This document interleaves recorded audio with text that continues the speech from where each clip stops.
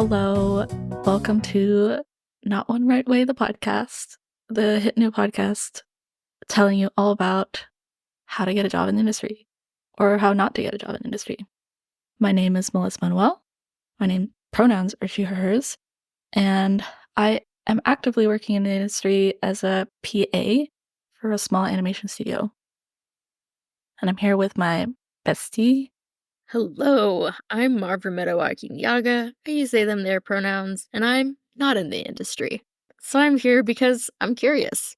What does it mean to be in the entertainment industry? How do you get there? And who are you?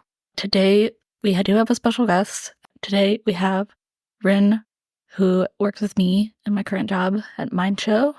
They are the supervising animator. I don't know if I said your title right, but you could correct me. They're amazing. I love working with them. They're really good at doing Rubik's Cubes, and it's really impressive. Rin, why don't you introduce yourself? Hello, my name is Rin. Yeah, I work with Melissa at Mind Show. I do really enjoy a Rubik's Cube, and I've been in the animation industry for like 3.5 years, so not crazy long, but oh, and my title at Mind Show is technically animator. True. But yeah, I obviously live in Los Angeles with Melissa. I'm from Colorado. I've lived in LA for 12 years. Yeah. I didn't know you were from Colorado. Yeah. Where in Colorado? Fort Collins. Oh, nice. Loco. Yeah, Foco. See, we know them. Yeah, I went to Front Range Community College for like 1.5 years before I moved out here. Good old Foco. Did you ever go to Colorado Springs? Because that's where Marv and I met. You know, I think I had like a random family member that lived in Colorado Springs, but I didn't really go there very often. Yeah. Most of my family, like most of my extended family, lived in Denver. So that was more of our meeting up place. Mm. I love Denver. Yeah. It was always like an hour drive. Yeah. Girl, it was like 2 hours. I don't know what you're talking about. I thought it was an hour drive, but I don't drive famously, so what do I know? But I was most recently in Denver. That's where I got my master's at University of Denver. Oh, cool. Yeah, my cousin went to DU. My aunt went to DU and worked at DU for like most of her career. Cool. So I have a lot of family there. Awesome. Yeah.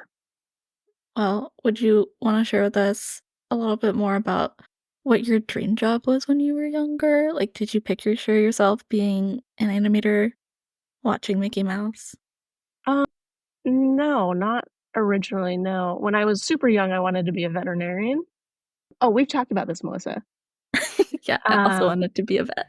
Yeah, so I love animals, and when I was a kid, I was like, I'm gonna be a vet, and then I realized like how much science you have to do, and science is like my weakest subject of all the scholarly subjects. Like I failed out of chemistry, barely passed. Like in I like had to take not like unconventional science classes just to get my credits because I couldn't do like biology or things like that. So I took an astronomy class in college for my science credit and I like barely passed that. So I was like, okay, this is obviously not the path for me. But I think when did it like really shift for me? Oh, I took a video editing class in high school and I like loved that. And so that kind of like started me down the path. And then I saw it was like a commercial for it was like a commercial for MTV and it was done by PsyOp. And I like fell in love with their motion graphics. And so I saw that commercial and I was like, oh, this is what I want to do. And so I started like learning After Effects on my own, just like teaching myself After Effects. And then I was like in community college at Front Range, just like doing my, associate's degree. And then my brother moved out to California, and he was kind of he like kept telling me like, oh, you should just move out here. You should move out here. And I was ready to get out of Colorado. So I I left and moved out to LA, and I still had like a few credits that I needed to do to get my associates. So I enrolled at GCC to finish up my Glendale Community associate's degree. College. Yeah. And they had like a digital media program basically. And so I started taking a bunch like 3D generalist classes there basically. Like I took like a introduction to Maya class and like a 3D modeling class and stuff like that. And it was when I was taking those classes at GCC that I really was like, oh, like animation is actually totally what I want to do. Mm-hmm. And so I took like every class that GCC had to offer in that genre of art.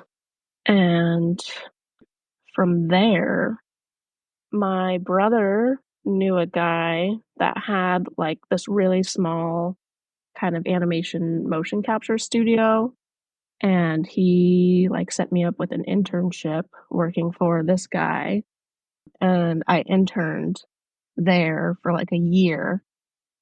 And that was like, I don't really consider that experience like super relevant to like what I do now, because I learned some stuff about motion capture working there, and I did some like random like modeling and like 3D generalist work.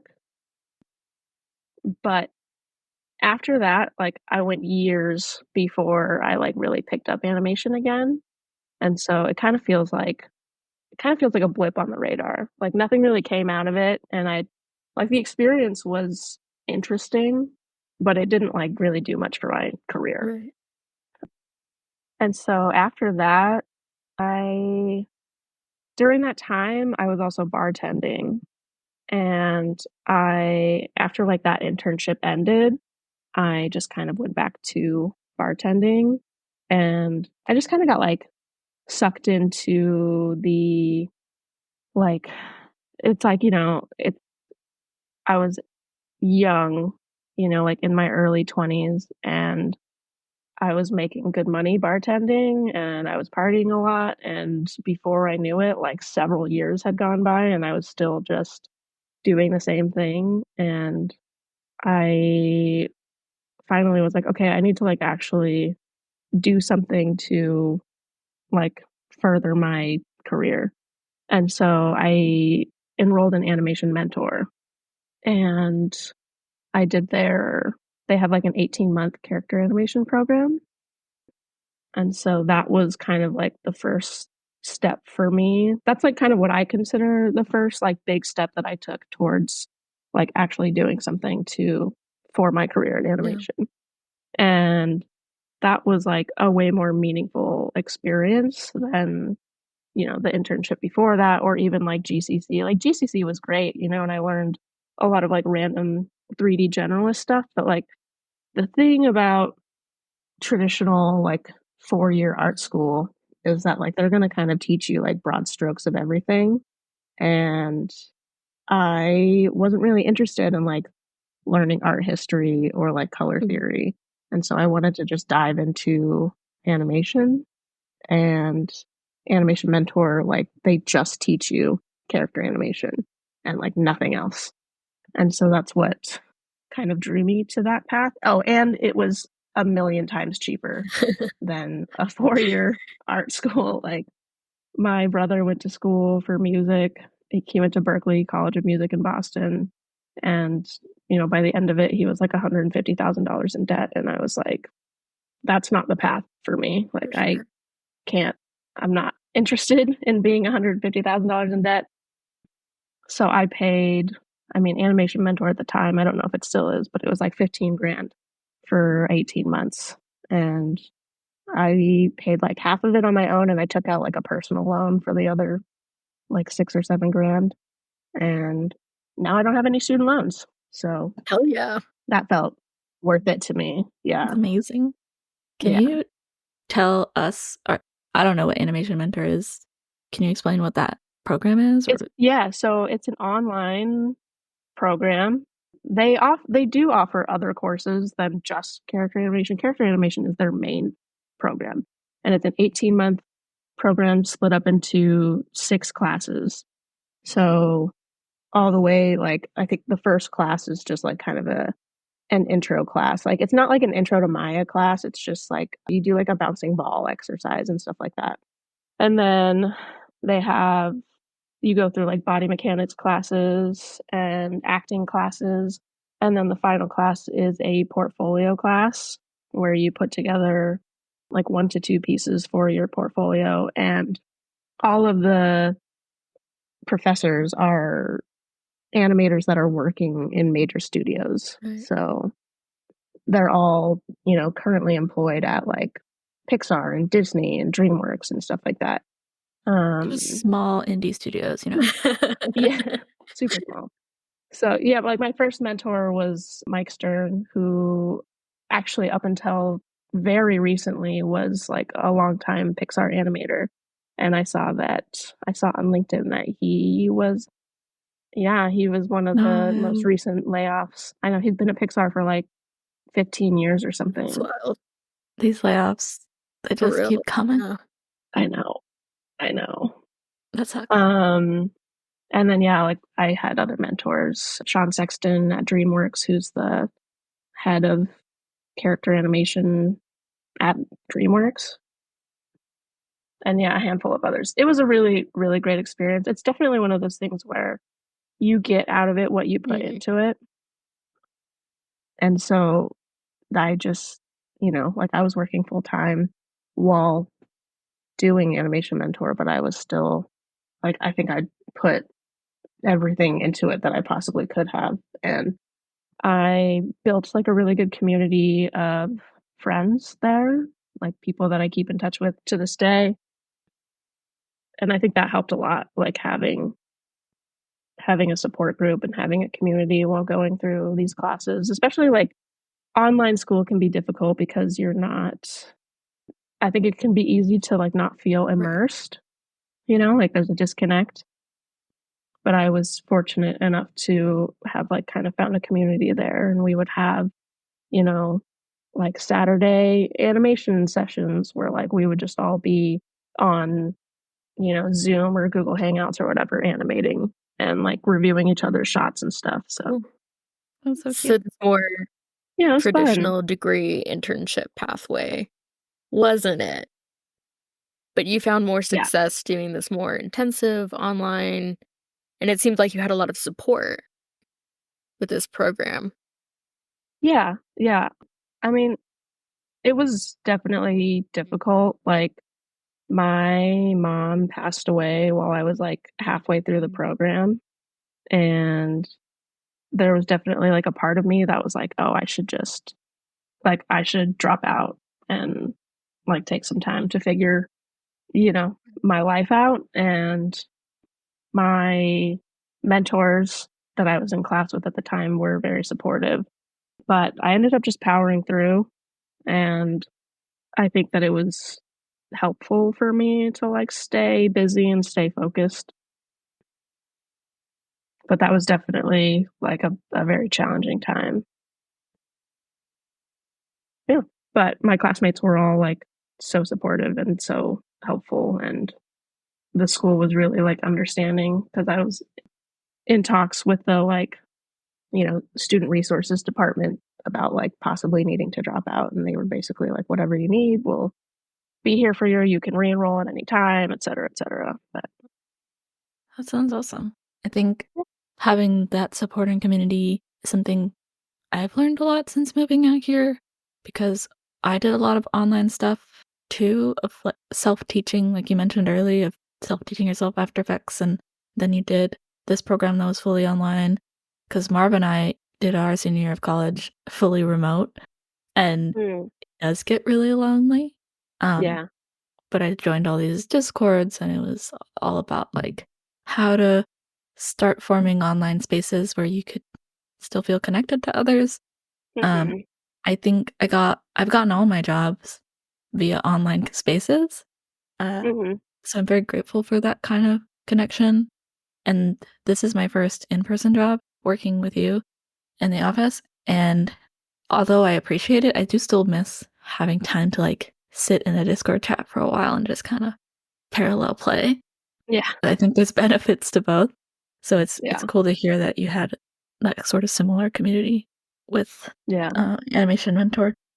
Yeah. It was, and like I kind of keep up with Animation Mentor and like what they're doing now, and it seems like they have like even more community stuff now than they did when I was going there.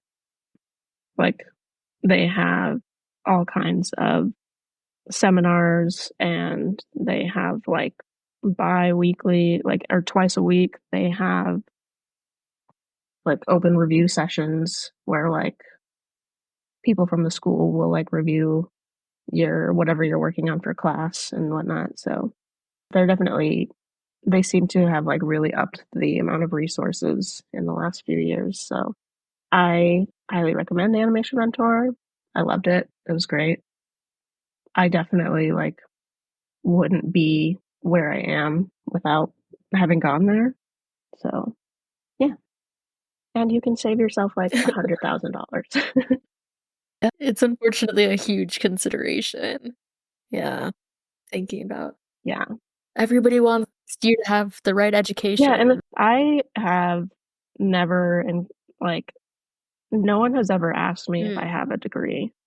Like, they just want to see a demo reel, and that's pretty much all anybody cares about, at least for, animation.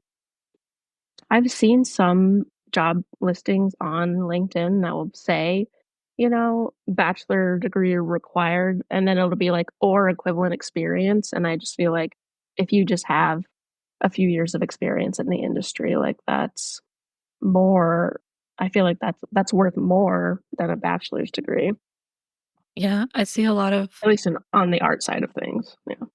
agreed. I see a lot of young artists, mostly because I'm always on the Discords and all of them asking, should I get a degree? Should I go to art school or should I just vibe it? And I think there's the benefit of both. That's usually the answer of like, art school has its benefits. You make connections because a lot of the industry is about meeting people and people want to work with their friends. So there's that. But do you want to spend hundreds of thousands of dollars of Yeah. hopefully making a friend that gets big? Yeah. That is very true. I'm sure that you meet a lot more people in art school than, like I do have like my small community of friends from Animation Mentor, but it's mm. like small. And so I'm sure that going to like a 4-year art school, you get a lot more of that. And, like there's merit to the having a like broader art education, which is something that I don't have. But so far, making do. But you've built your experience by doing the work, and technically you did go to school, just not like what's considered Yeah. appropriate. I don't know. Yeah, it's just not like I don't have a traditional college Right. education, which my dad always hated. But then I got a job and he was like, all right. Just got proven wrong. He really wanted me to get a bachelor's degree. Yeah, I think it's because it's the idea. I don't know. It's too cheesy to say the American dream is to see the kids go off to college and then Mm-hmm. get a job, but it's just that ain't real anymore. Yeah. Too Yeah. expensive. Yeah. It's so And what if they're expensive. dumb as shit and get a degree in Crazy. philosophy? Like, what do you do then? Well, Yeah. but then you get to go around telling people you have a degree in philosophy, Yeah, but then and they think I'm Yeah. smart, which is the And I would, thing. you're like, if I was smart, I So wouldn't have true. this degree. So true. But hopefully you can just like, I don't know, drop some fun philosoph what is Yeah. philosophizing. philosophizing? Is that a word? Is that a word? Now, Marv, drop Yeah. some quick philosophy right now. Tell us Foucault. about On the Foucault. spot. So interesting. I don't Yeah. think I've ever read Foucault all the way through because my brain hurts after like a couple of paragraphs. But cool stuff if you get it. But people have had to explain it to me. That's the thing. I took a philosophy class Mhm. at Front Range, and I feel like that's about how I felt. I was like, it sounds cool, but I don't really think I understand it. So, That's fair. It's kind of like reading Shakespeare where you're like, yeah, this is so important, but I don't know what they're saying. yeah. Oh man. Yeah, Shakespeare is real difficult. I I was also gonna think that when ask. I took No, you go first. I'm also pretty sure that when I did take my philosophy class, the professor was like using philosophy to argue for the existence of God, and I didn't love that. So Bold stance. You say bold there was stance, that. but that's like 90% of Western philosophy. It's a mid stance. True. Yeah. I don't think I knew Yeah. or expected that going in. And so when it got godly, I was like, ah, I don't want kind of this. taken aback. Yeah. I was gonna ask how your acting classes went in your. You mentioned you took some at Animation Yeah. Mentored. How'd Acting you is not do? my strong suit. No, I would rather do body mechanics all day, every day than acting. Like I love the people that can act, and I love watching like animators that act really well, but it's not me. I ended up having to get other people do my video reference for me like 90% of the time because I don't know, like I think, I think I'm a little bit better at it now than I was when I was doing Animation Mentor, which was in 2017. But at the time, like I don't know, like I'm just awkward, I guess. I don't like You're so I can't charming. like hit the right beats, like acting for animation is very like it's very physical, and it's like you really have to be intentional in your performance, and I just was never good at nailing that, at least in school. I do think that I would be a little bit better at it now just because of like the experience that I have now, and I think I have like a better idea of what good What is acting for acting for animation is. animation as an outsider with no Uh, knowledge? so at least like so the way the animation mentor divided up their classes was like, you know, you have shots that are focused on body mechanics, which we would animate like a character that, either doesn't have a mouth or is like just eyes or something, or maybe even just like eyebrows. And then you're focused entirely on the body mechanics of the shot, like making, like jumping, running, fighting look realistic and look grounded in physics and things like that. And I love that. Like I would rather like animate shots with body mechanics all day, whereas acting is like dialogue shots and more like subtle full performance dialogue. And I mean it doesn't have to be dialogue. It could be an acting shot that's like pantomime essentially. And it's like a little bit more subtle, a little bit more nuanced. And with acting shots, you're generally going to either find reference or shoot your own reference. And when I was at Animation Mentor, we had to shoot all of our own reference. And I wasn't great at it. So we had, like that's where like my community of friends came in because I had friends that were great at it, and they would end up doing the reference for like half of us just because like some people just have a knack for it. Like it's not quite the same as like, a regular actor shooting a regular scene for like live action, because animation you have to think about your posing, you have to think about like the silhouette of your body, you have to think about the timing of hitting each beat and pose and stuff like that. and it's hard. It's really hard. I think about, I don't know if you've ever seen this clip, but from Spider-Verse, the first movie, the animator who did the scene, I know this movie really well, but where they're having burgers and Peter Parker, the sad Peter Parker, is eating the burger and like taking the slop off his fingers from eating. Yeah.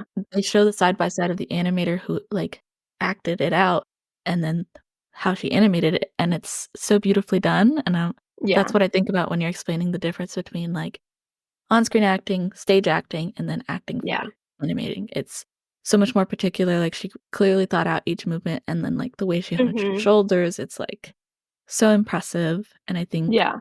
Guillermo del Toro talks about it all the time when he's doing his projects. He's like, these animators are the characters. They are fully embodying them. You just don't see them on screen. And I Yeah. just really appreciate 100%. that art.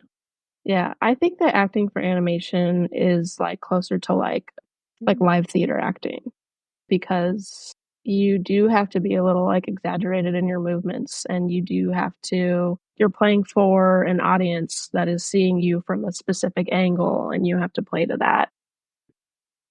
And yeah, it's hard.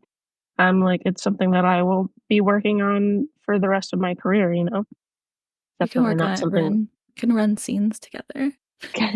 Sounds good. I was a theater kid. Yeah. I took acting one in college. I wasn't good Yeah. either. Yeah. My instructors at Animation Mentor always said, like, go take an improv class. And I'm like, but I'm shy. You improv in LA? That's so expected. And, like, how Yeah, would you I get away know. from it? Like, somebody's gonna be Yeah. like, "Oh, you're from LA, you take an improv class?" And you're gonna be like, Yeah. It's for work. Yes. It's for my art. I'm honing my craft. Yeah. Yeah, so I should, I should try and take an acting class or something. But also I do think that just there's a lot that you can kind of glean from just like really studying animation. And things like that. Things like that are great. The side by sides that a lot of animators will do, like when they have working feature films, like their reference and then their blocking passes and then they're finished. Like those are so great and so helpful to study. Yeah. But I just some like people are looking at just them. like, yeah, some people just have like a knack for being like theatrical and acting well. Also, my face is very unexpressive. And so like when we had to do like facial performances, like I failed so hard at that. So I would always have to get somebody else to do like my facial performance references. That just means there hasn't been someone animated with your type of face. And soon they'll be the star. And then you'll be like, I'm perfect. Hire me. Hire me for rep. Yeah. Yeah. We can hope. I can dream. so Um, speaking of hopes you and go ahead, Marv. dreams, I'm curious, going back to something you said at the beginning, this MTV ad by PsyOps. How do you think that has played a role in Mm-hmm. the sort of animation you wanna do, the sort of things that you hope to achieve? I think it would be super cool to work for PsyOp. I think I applied there like when I was like fresh out of Animation Mentor. And I don't think I even got a response, but like my demo reel at the time was very much a student reel and they probably just laughed at it and didn't even want to respond. Oh, hello. Sorry, my cat just appeared out of nowhere. Yay, cat. I love PsyOp. I love, like their content. I love their kind of vision for their brand. As far as like how that specific commercial that I saw, it was very stylized and I I there's no way I could even recreate it with like 3D animation because it was very much Mhm. like a motion graphics piece, you know, probably done in like After Effects or something. But I think about it all the time, like I don't think that I would be Mhm. quite where I am if I had never seen that. So it's weird to think about something like so small having that big of an impact on your life. But I do think about it. I have a tattoo, like, as a kind of homage to it. That's really beautiful. Yeah. What's the tattoo? So the commercial is like a bunch of like ravens, basically. And the like ravens like kind of morph into like the patches on like tree bark. And so I have a tattoo on my ribs that is like kind of a still shot of some of the ravens like transforming into like the branches of these trees. That sounds so sick. That's awesome. I don't know what Yeah, this cat is. it was my first tattoo. It was my like Wow. first ever tattoo, and when I was 18. Wow. That's crazy getting one on your ribs at 18. That's like the most painful Yeah, spot, and you were like, let's go. I know. I thought I was hardcore, and I had You are I hardcore. I'm not, and I was not, and I had to break it up into 2 sessions And because you I know what? was That's like, okay. That's super valid of you. That's awesome. yeah, Yeah, you still did it. yeah. Wow. I can't believe MTV did that for you. I MTV know. changed your life. The commercial like has nothing to really do with MTV. It just says MTV at the very end. I'll have to find it and send it to you because it's still definitely floating around on the internet somewhere. Yeah. I It's cool. I I still love like that. it. Yeah. I have those moments. I think about the content that really inspired me all the time. And sometimes it is just random frames from things. For me, it's like, oh, you know that scene in Bambi where it's raining and they're all singing? That moment changed my life. And I was like, Totally. I went through a Bambi phase because of it, where I would run around the house pretending to be a deer. Nice. I loved it so much, and it just stuck with me, just the beautiful shots. And then it was like a documentary about how they made Snow White, which I know is Disney Canada propaganda, but just the thought of all those people coming together to work on a project, I think really cemented in me that I wanted to be a producer. Like I didn't want to be Walt. I wanted to be his brother. Like I wanted to Yeah. be Roy, the one behind pushing to get this project Yeah. done. I wanted to do that. I wanted to help people create their dreams. So I was crying That's at the cool. end. So it's those How moments. old were you when you had that like epiphany? I think I was probably like 18, senior in high school. Not sure what I wanted to do because I, like you, wanted to be a vet. And then I was like, I can't do math, can't do Yeah. science. Screw this. And then I wanted to be a writer. And I was like really set on that for a really long time. And I still wanted to be a writer when I got into college. But then I took basic filmmaking, hated it, took screenwriting, hated my work, and said, you know, I think I'm just going to go back to that feeling in high school where I was like, I want to just be a part of the production, and decided to be a producer. Yeah. That's cool. No, I Marv, did did you want to be a not. philosopher when you were a child? No. When I was going into college, I was actually going to do neuroscience because I was actually pretty good at science. And I'd worked in a neuroendocrinology lab for like a year and realized that I hated the work. And I think for me, it was the recognition that like the questions they were asking were the ones that I wanted to be asking. And for me, I think my life has really revolved around what are the questions I want to ask of the world, of myself, of other people. That's sort of like where I've been. Um, yeah. Yeah. That makes sense.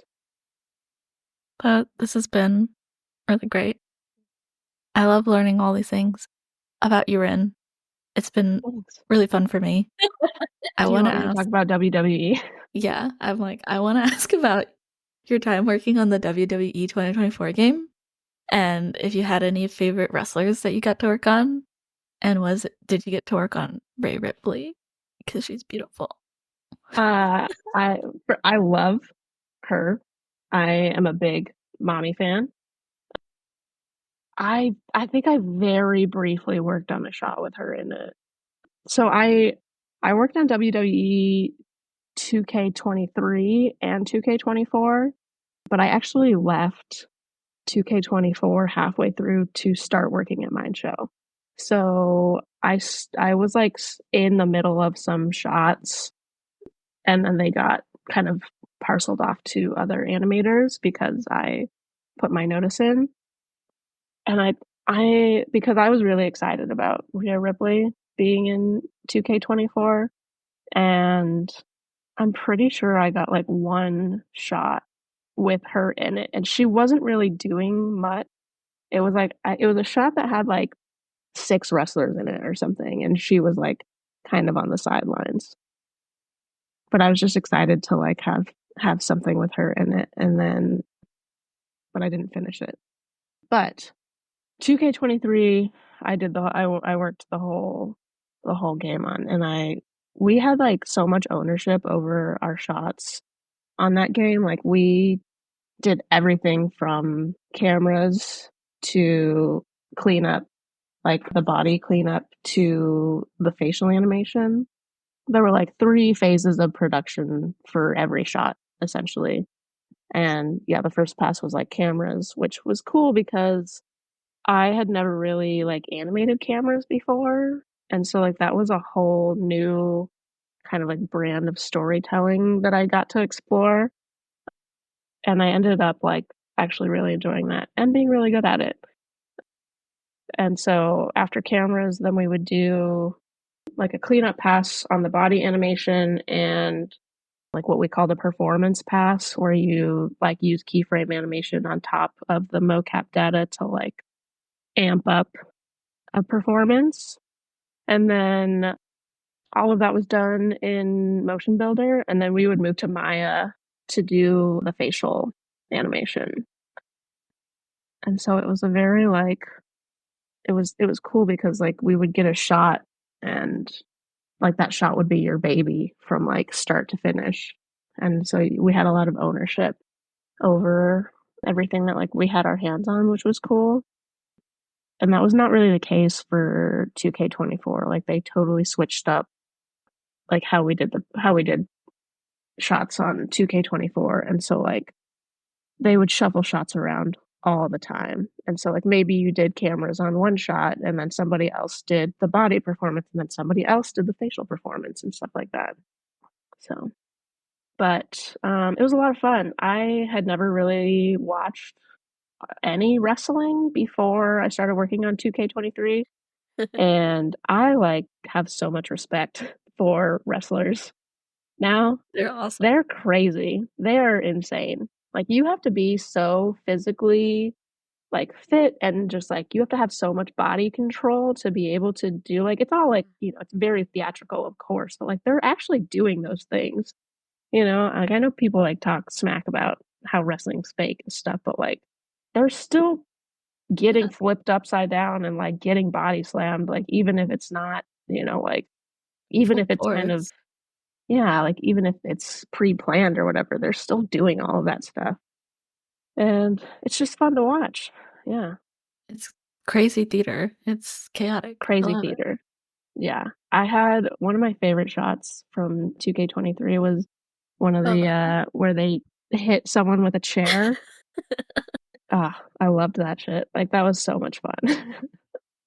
that's awesome. That's Yeah. such a funny game. I like watching people play it on YouTube, but like in the character builder aspect, they do like a silly Yeah. character and then they go up against a normie. Mhm. They're so silly.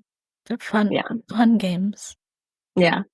Yeah, I had a lot of fun working on those. I was really hoping that they were going to hit me up for 2K25, but I kind of think that maybe the studio that I was working for that did 23 and 24, I think maybe they didn't get the contract for 25 because I feel like they would have contacted me. Yeah. Ripperoni. Their loss. Yeah. It was funny Yeah. because Rhea Ripley was also in another game, but a game I worked on, she was in Call of Duty as like, Was she? yeah. So I saw that Oh, she that's was in cool. 2K24 and I was like, wow, she's getting her face out there in all the Yeah. games. I didn't Good realize for she was her. in Call of Duty. Yeah, pretty sure she was. Random. Yeah. Funny. Good She for her is though. Get stunning. the money. I love her. I don't know. I don't think that she like did her she definitely didn't do like her mocap for the video game. Hmm. I'm makes sense. guessing she probably did like the voiceover work and stuff. But as far as I know, the mocap performers were like, Stunt doubles. yeah. Makes sense. But yeah, it was fun. We would get like the like all of the footage of them like filming the mocap performances. And so it was just fun to like watch these like mocap performers just beating each other with chairs and Just free wrestling. yeah, so good.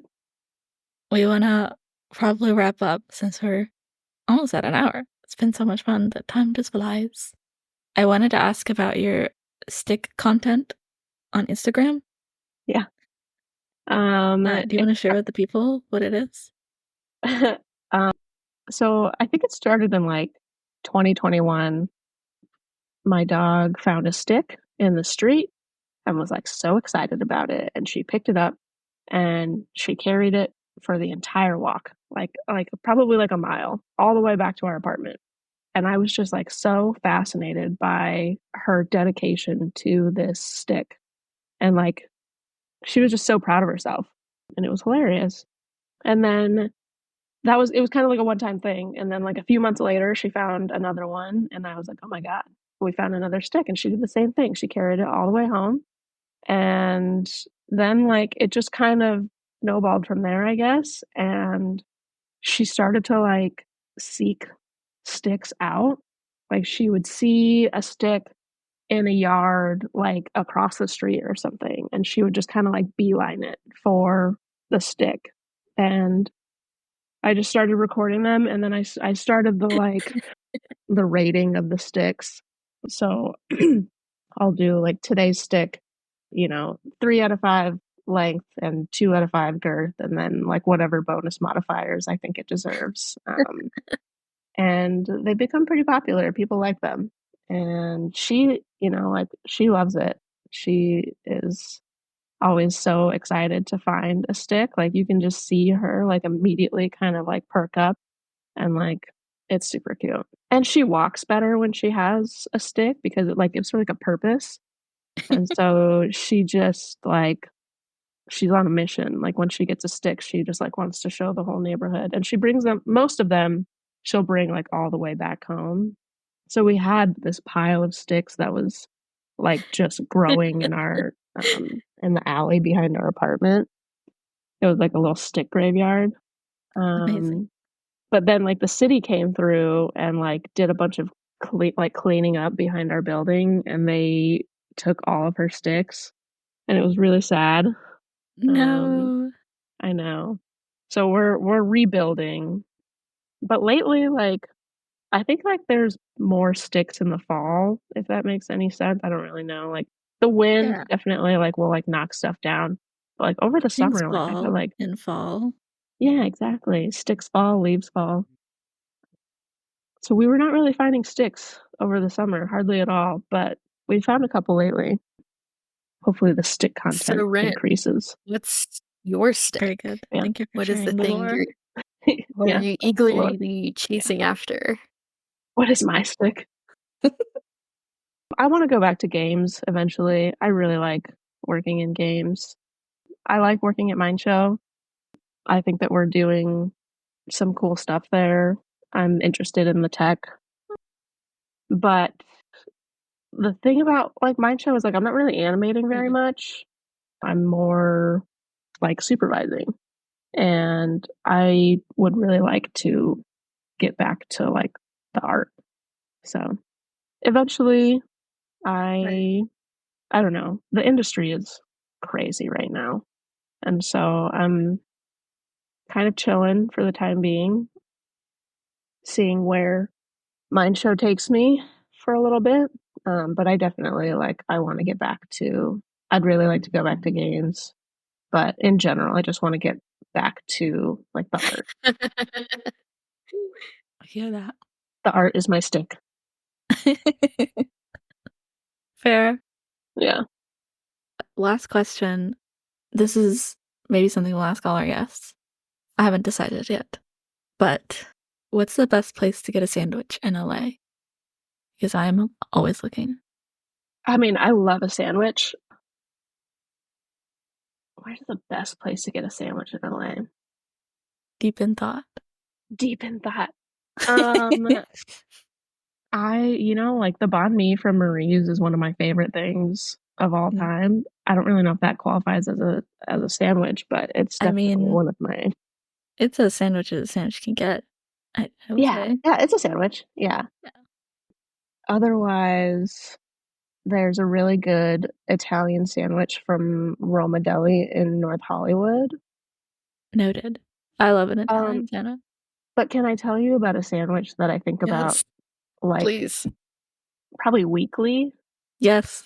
Oh my god, There was yes.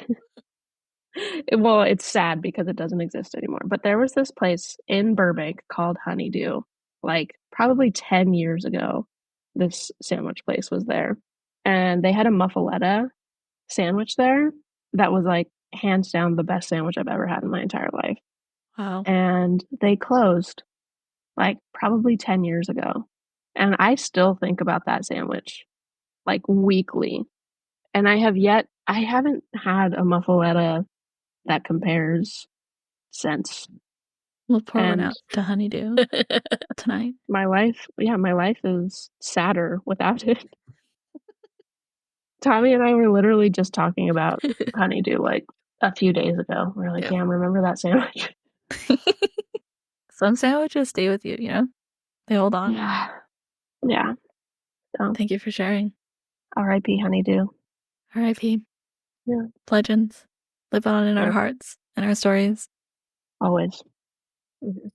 And Well, thank you so much for having me. Thank you for coming. Yeah. Sounds Bye. good. It was nice to meet you, Marv. Bye. Thank you so much for listening to our conversation. It's so fun to get to know more about her and how she started in the industry. Thank you for listening to Not One Right Way podcast. You could thank the listeners. Stick as well. I hope everyone finds their really long stick that they can carry for a mile and then pile up in an alley, and then the government comes and takes your sticks away, and then you can start a new pile because that's your new dream. Just like that. You can follow us on our socials at Not One Pod. The one is the number. You can find us on Instagram and Tumblr, I believe. We're available wherever you get your podcasts. I'm assuming you found it because you're listening to it. And you can follow Rin at Amarinda, Marindra, to follow the stick content live. See her cute dog. But yeah, please like and subscribe. Leave a comment. We're new on the scene. Yes. And we'd love to know what you're thinking. Has been recorded and edited by Marv, Thanks, everybody. Akinyaga, and Melissa Manuel. That's what they do on NPR, okay? Produced by Marv Akinyaga and Melissa Manuel. It's a 2-person team. We're doing it all.